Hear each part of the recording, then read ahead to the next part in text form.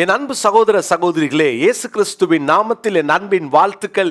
இன்றைய முத்து எனும் இந்த சிறிய தியானத்தின் மூலம் உங்களை சந்திப்பதில் மகிழ்ச்சி அடைகிறேன். கீழ்ப்படிதல் என்ற தலைப்பில் நம்ம தியானித்து வருகிறோம்.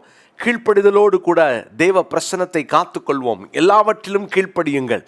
நேற்று தினத்தில் நம்ம தியானித்தோம், நம்முடைய தனிப்பட்ட வாழ்க்கையில் தேவன் நமக்கு தந்திருக்கிற தரிசனத்திற்கு கீழ்ப்படிய வேண்டும். அந்த தரிசனத்திற்கு கீழ்ப்படிய விடாமல் பலவிதமான காரியம் நம்மளை மயக்கலாம். ஆனால் கீழ்ப்படிதலோடு தரிசனத்தை நிறைவேற்றுவதில் கவனம் செலுத்துங்கள். தரிசனத்திற்கு கீழ்ப்படிவோம். கர்த்தர் நல்லவர். திரும்ப 1 சாமுவேல் 15:22 வாசிக்கிறேன். அதற்கு சாமுவேல், கர்த்தருடைய சத்தத்துக்கு கீழ்ப்படுகிறதை பார்க்கிலும் சர்வாங்க தகனங்களும் பலிகளும் கர்த்தருக்கு பிரியமாய் இருக்குமோ? பலியை பார்க்கிலும் கீழ்ப்படிதலும் ஆட்டுக்கடாக்களின் நினத்தை பார்க்கிலும் செவி கொடுத்தலும் உத்தமம். எவ்வளவு கீழ்ப்படிதல் அவசியம் என்பதை, என்னென்னத்துக்கெல்லாம் கீழ்ப்படியணும் என்பதை இந்த செய்திகளில் நம்ம பார்க்க போகிறோம். தொடர்ந்து பார்த்து கொண்டு இருக்கிறோம். தேவனுடைய பிள்ளைகளே, இன்னைக்கு இன்னொரு காரியத்தில் நம்ம கீழ்ப்படியணும். இந்த வார்த்தைகளை ஒருவேளை உங்கள் வீட்டு பிள்ளைகளுக்கும் தயவு செய்து நீங்கள் அனுப்ப, அவர்களும் கேட்க நீங்கள் செய்யுங்கள். தேவனுக்கு மகிமை உண்டாகட்டும். அப்போஸ்தலனாகிய பவுல் கொலோசியருக்கு எழுதின நிருபத்தின் 3ஆம் அதிகாரம் 20வது வசனம். கொலோசியர் 3:20, பிள்ளைகளே, உங்கள் பெற்றாருக்கு எல்லா காரியத்திலேயும் கீழ்ப்படியுங்கள், இது கர்த்தருக்கு பிரியமானது. பிள்ளைகளுக்கு அவர் கொடுக்கிற ஒரு உபதேசம், நீங்கள் எல்லா காரியத்திலேயும் கர்த்தருக்கு கீழ்ப்படியுங்கள். பிரியமானவர்களே, இது பிரியம் என்று வாசிக்கிறோம். இது பிரியம். எபேசியருக்கு எழுதின நிருபத்திலே 6ஆம் அதிகாரத்தின் 1 வசனம், பிள்ளைகளே, உங்கள் பெற்றோருக்கு கர்த்தருக்குள் கீழ்ப்படியுங்கள், இது நியாயம், இது நியாயம். அது மாத்திரமல்ல, 2ஆம் வசனம், உனக்கு நன்மை உண்டாயிருப்பதற்கும் பூமியிலே உன் வாழ்நாள் நீடித்திருப்பதற்கும் உன் தகப்பனையும் உன் தாயையும் கனம் பண்ணுவாயாக என்பதே வாக்குத்தத்தமுள்ள முதலாம் கற்பனையாய் இருக்கிறது. இது ஆசீர்வாதம். இது கர்த்தருடைய பிள்ளைகளே நியாயம், இது ஆசீர்வாதம். மாத்திரமல்ல, இது அவருக்கு பிரியம். கர்த்தருக்கு பிரியம், இதுதான் நியாயம், இதுதான் ஆசீர்வாதம். அருமையான பிள்ளைகளே, அருமையான சகோதர சகோதரிகளே, நீங்கள் யாராக இருந்தாலும் சரி, வயதில் நீங்கள் மூத்தவர்களாக பெரியவர்களாக இருக்கலாம், இன்னும் உங்கள் பெற்றோர் உயிரோடு இருக்கிறாங்களா, அவங்களுக்கு நீங்கள் கீழ்ப்படிய தான் வேண்டும். நீங்கள் கீழ்ப்படிய வேண்டும். அப்போது நிறைய நேரம், ஐயோ என் பிள்ளைங்க எனக்கு கீழ்ப்படியலேன்னு வருத்தப்படுகிறோம். நம்ம அதே நேரத்தில் நம்ம எவ்வளவு நம்முடைய பெற்றோருக்கு கீழ்ப்படுகிறோம் என்பதை கவனிக்கணும். நிறைய பேர் கல்யாணம் ஆனதுக்கப்புறம் பெற்றோருக்கு கீழ்ப்படுகிறது இல்லை. கல்யாணம் ஆனதுக்கப்புறம் ப்ரையாரிட்டி உங்கள் மனைவிக்கு தான், உங்கள் கணவருக்கு தான். எந்த மாற்று கருத்தும் இல்லை. திருமணத்துக்கு பின்பு உங்களுக்கு முதலிடம் உங்கள் மனைவி, முதலிடம் உங்கள் கணவர் தான். அதுக்கப்புறம் தான் உங்கள் பெற்றோர் ஆவாங்க. ஆனால் அந்த பெற்றோருக்கு கீழ்ப்படிவதில் நீங்கள் கவனம் செலுத்தணும். வயதான பெற்றோராக இருக்கலாம். அந்த பெற்றோர் உங்களுடைய அந்த திருமண வாழ்க்கையில் பிரிவையோ பிளவையோ ஏற்படுத்துகிற எதற்கும் நீங்கள் கீழ்ப்படியக்கூடாது.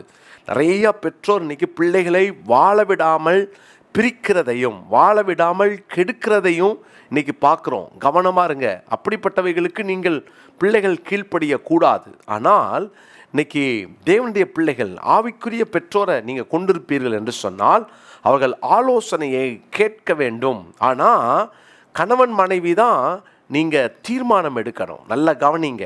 கணவன் மனைவி தான் தீர்மானம் எடுக்கணும். அவர்களை நீங்கள் கனப்படுத்துங்கள். இது நியாயம், இதுதான் ஆசீர்வாதம். உங்களுக்கு நல்ல தீர்க்காயசை கர்த்தர் தருவாராக. தேவன் உங்களுக்கு கொடுத்த பெற்றோருக்கு கீழ்ப்படுகிறீங்களா?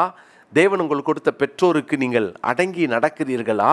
ரொம்ப கவனமாக இருக்கணும். அருமையான கர்த்தருடைய பிள்ளைகளே, நம்ம சில பிள்ளைகள் பார்த்தீங்கன்னு சொன்னால் அவர்களுடைய வாழ்க்கையில் கீழ்ப்படியாமலேயே அவர்கள் அப்படியே வளர்கிறதை நாம் பார்க்கிறோம். இந்த காலத்தில், இந்த 2020 கோவிட்டுக்கு அப்புறம் பார்த்தீங்கன்னா, அந்த லாக்டவுனுக்கு அப்புறம் பார்த்தீங்கன்னா, எங்கு பார்த்தாலும் எல்லா குடும்பத்திலும் இருக்கிற பிரச்சனை என்னன்னா, இந்த பொல்லாத ஒரு கீழ்ப்படியாமையின் ஆவி நிறைய பிள்ளைகளை பிடித்து வைத்திருக்கிறது.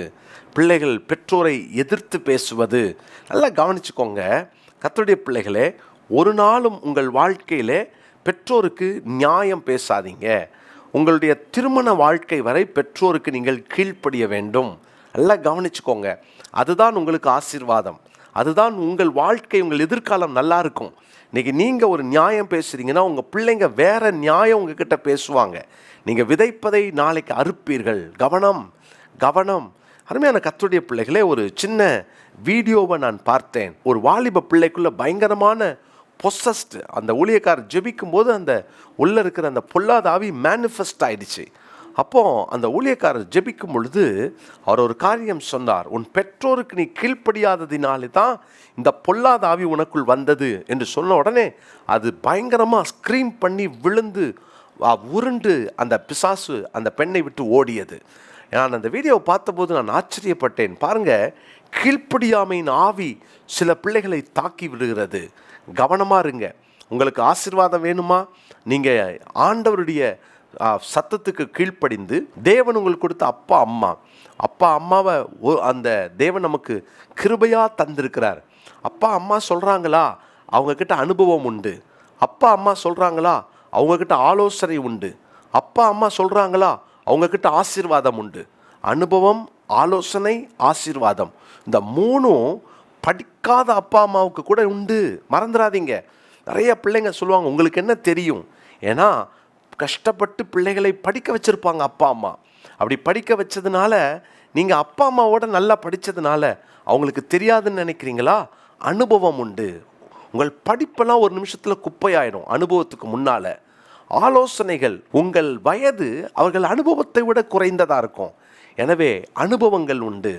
மூன்றாவது, ஆசீர்வாதம் உண்டு. மனதார உங்கள் பெற்றோருடைய ஆசீர்வாதத்தை வாங்க கற்றுக்கொள்ளுங்க. ஒரு நாள் ஒரு வாலிப பையன் சொன்னான், எங்கள் அப்பா அம்மா ஆசீர்வாதமே எனக்கு வேண்டாம். அது எவ்வளோ பெரிய அபாயகரமான வார்த்தை தெரியுமா? பழைய ஏற்பாட்டு புஸ்தகத்தில் யாக்கோபு தன்னுடைய 12 பிள்ளைகளையும் ஆசீர்வதித்தார்.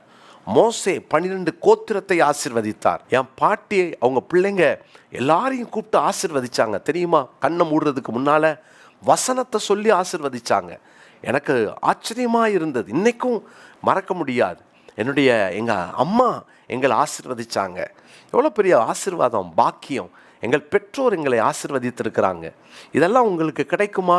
எப்போதும் நீங்கள் அதை நினைக்கணும். நான் எப்போதும் என்னுடைய பெற்றோருக்கு நான் கீழ்ப்படிந்து நடந்தேன். அவர்கள் உயிரோடு இருக்கிற காலம் வரைக்கும் நான் கீழ்ப்படிந்தேன். அவங்க சத்தியத்தின்படி எங்களை நடத்தினார்கள். அருமையான தேவனுடைய பிள்ளைகளை, ஒரு வசனத்தை உங்களுக்கு நான் காண்பிக்கிறேன். அப்போஸ்தலனாகிய பவுல் தீமோத்தேயுக்கு எழுதின 1 நிருபத்தின் 3 அதிகாரம் 4வது வசனம். 1 தீமோத்தேயு 3:4, தன் சொந்த குடும்பத்தை நன்றாய் நடத்துகிறவனும் தன் பிள்ளைகளை சகல நல்லொழுக்கம் உள்ளவர்களாக கீழ்ப்படிய பண்ணுகிறவனாயும் இருக்க வேண்டும்.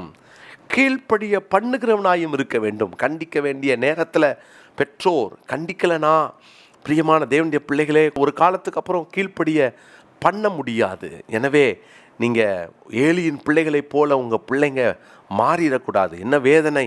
பெற்றோர் உயிரோடு இருக்கும்போது பிள்ளைங்க சாவுறது எத்தனை வேதனை இல்லையா? ஏலியின் பிள்ளைங்க 2 பேரும் அப்பா உயிரோடு இருக்கும்போது இறந்துட்டாங்களே, அவங்க அடங்கலைன்னு வாசிக்கிறோமே. இன்றைக்கி இந்த வசனத்தை நம்ம மனப்பாட வசனமாக தெரிந்து கொள்வோம். 1 தீமோத்தேயு 3:4, இந்த வசனத்தின்படியே நம்ம குடும்பத்தை தேவன் ஆசீர்வதிப்பாராக. நம்ம ஜெபிக்கலாமா? ஆண்டவரே, நான் கீழ்ப்படியணும். எஸ்தர் ராஜாத்திய தான் சிறிய தகப்பனுக்கு ராஜாவானதுக்கப்புறமும் கீழ்ப்படிஞ்சா. அன்றைக்கி கொஞ்சம் படிச்சுட்டா, வளர்ந்துட்டா, கொஞ்சம் கையில் சம்பாத்தியம் வந்துடுச்சுன்னா பெற்றோரை மதிக்க மாட்டேங்கிறாங்க. ஹோம் ஃபாரேஜ் கேட்குறாங்க. கவனமாக இருங்க. ஜோமல்லாமா, நல்ல தகப்பனே, நாங்கள் இந்த சிறிய தியானத்தில் நாங்கள் யாராக இருந்தாலும் கர்த்தர் எங்களுக்கு கொடுத்த பெற்றோருக்கு கீழ்ப்படிந்து நடக்க எங்களுக்கு உதவி செய்யும். கீழ்ப்படுதலின் ஆவியை தாரும்.